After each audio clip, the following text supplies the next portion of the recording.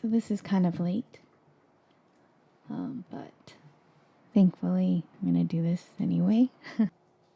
Not that anybody needs to hear me, but just so that I can be faithful to do what I felt like I was being told to do.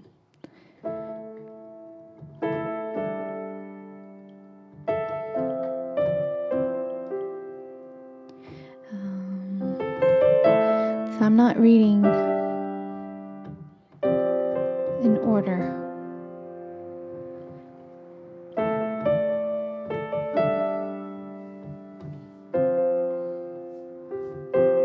So that this really struck me the other day when I was reading my Bible, and so I don't know, felt like I needed to stay there.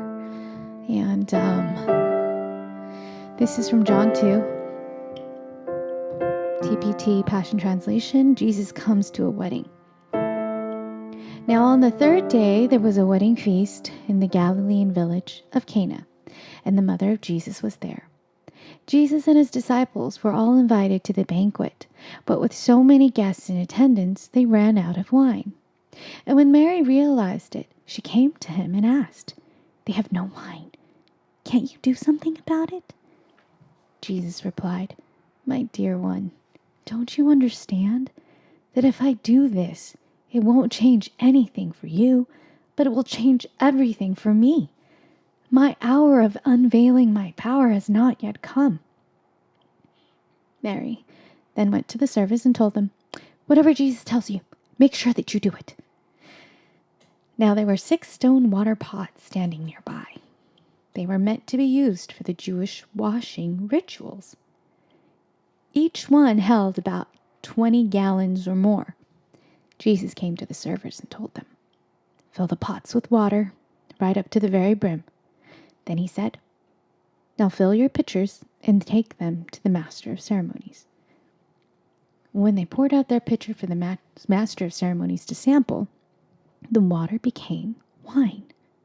When he tasted the water that became wine, the master of ceremonies was impressed, although he didn't know where the wine had come from, but the servers knew. He called the bridegroom over and said to him, "Every host serves his best wine first until everyone has had a cup or two. Then he serves the wine of poor quality. But you, my friend, you've reserved the most exquisite wine until now." This miracle in Cana was the first of the many extraordinary miracles Jesus performed in Galilee. This was a sign revealing his glory, and his disciples believed in him. I'll stop there. Simple story. I love it though. I couldn't get it out of my head. The order of events in this story. And how the way Passion Translation depicts Jesus. It's funny. I almost get a picture of like, this is silly, but Superman, where he's like, "Nobody knows I have powers yet. Mom, you really want me to use my powers here and right now? No one knows yet." And it's funny. It's kind of a silly way to picture it, but I mean, that's my frame of reference, right? Like, I wasn't there. So it's going to be based off of what stories I've ever heard or seen because of a movie or show, whatever, unfortunately. But that's all I have. But in any case, I like it because it just kind of takes you into that situation. And of course, Mary, she's like, "I don't care. You do what I asked." Like, they need wine. And what Jesus does is so very unconventional. I mean, I'm not a pastor necessarily, so I'm not going to go deep here, but the water he uses is water used for washing. It's not even meant for drinking water. This is like, there's stone water pots nearby. It's literally almost like Jesus is just looking for what is available. And what can I use? How am I going to bring wine out of nothing? Oh, there are 6 water pots standing nearby, and they're used for washing, Jewish washing rituals, but they held a lot of water. So he tells them to fill the pots with water right up to the very brim. He gives very, very specific instructions. Now fill your pitchers and take them to the master of ceremonies. And I love that. It doesn't say that. It doesn't even mention the servers. All we know is they did exactly what they were told. And I mean, if that were me, I just imagine myself pouring water into the pot and going, huh? And then filling the pitcher and like, okay, I got this water and I'm going to give it to the master of ceremonies. Here's your wine. Like, would they be afraid of getting in trouble by the master of ceremonies? Because in their head, they knew it was water. I mean, what was going on in their head? Anyway, at which point did the water become wine? Was my thought.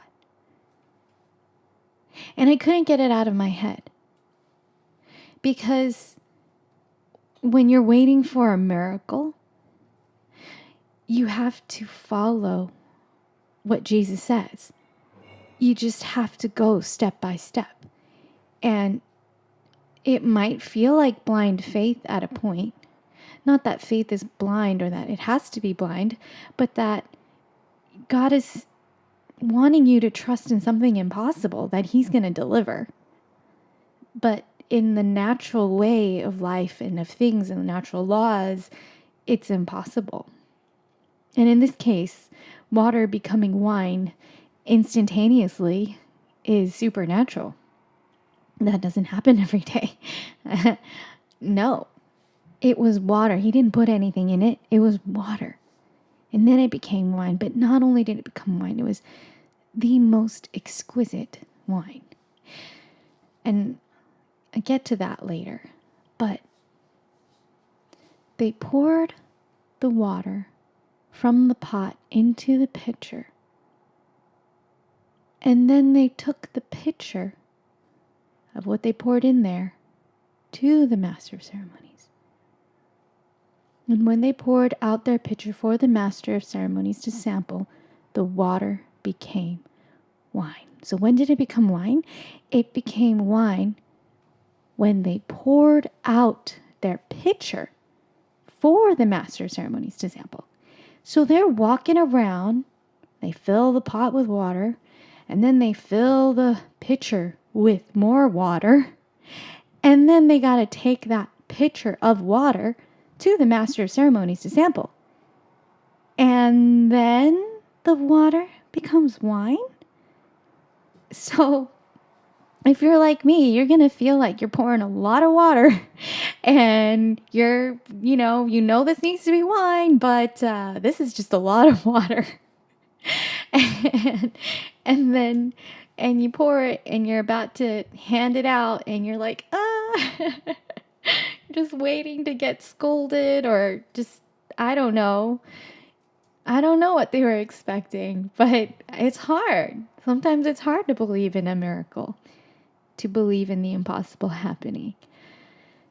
Maybe they knew, maybe they didn't, but it's clear here that Jesus says nobody knows about my power yet.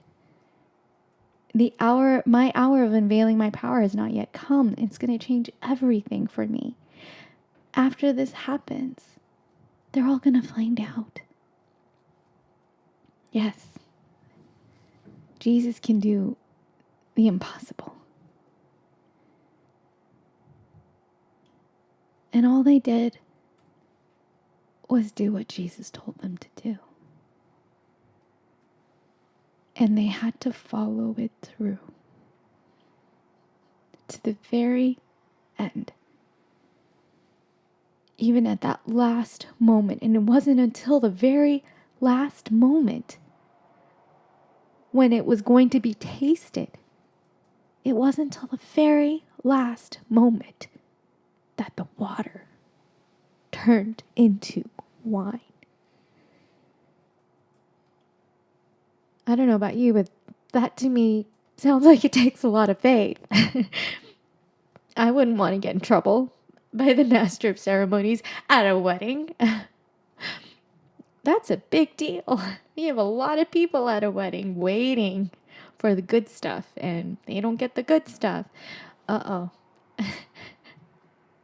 Makes everyone look bad.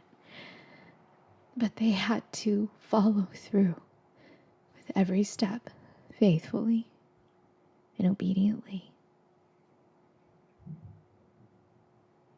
They had to take the risk. In the very end, it wasn't till the very end the water became wine.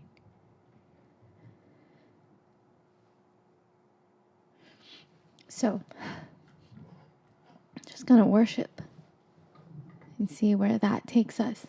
But if you are like me, I'm just gonna say a prayer. Jesus, for me and for everyone out there that has been trying to listen, trying to be faithful and obedient every step of the way, even if it's puzzling and people don't get what you're doing. Why are you doing that? And even you yourself were just like, I don't know what I'm doing. And it doesn't make any sense. But I believe this is what Jesus told me to do. And so I'm trying to follow through every step. So Lord, we just,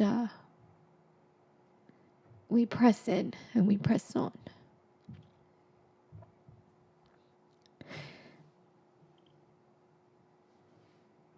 That you are God of the impossible. And that's the only thing that matters, is you.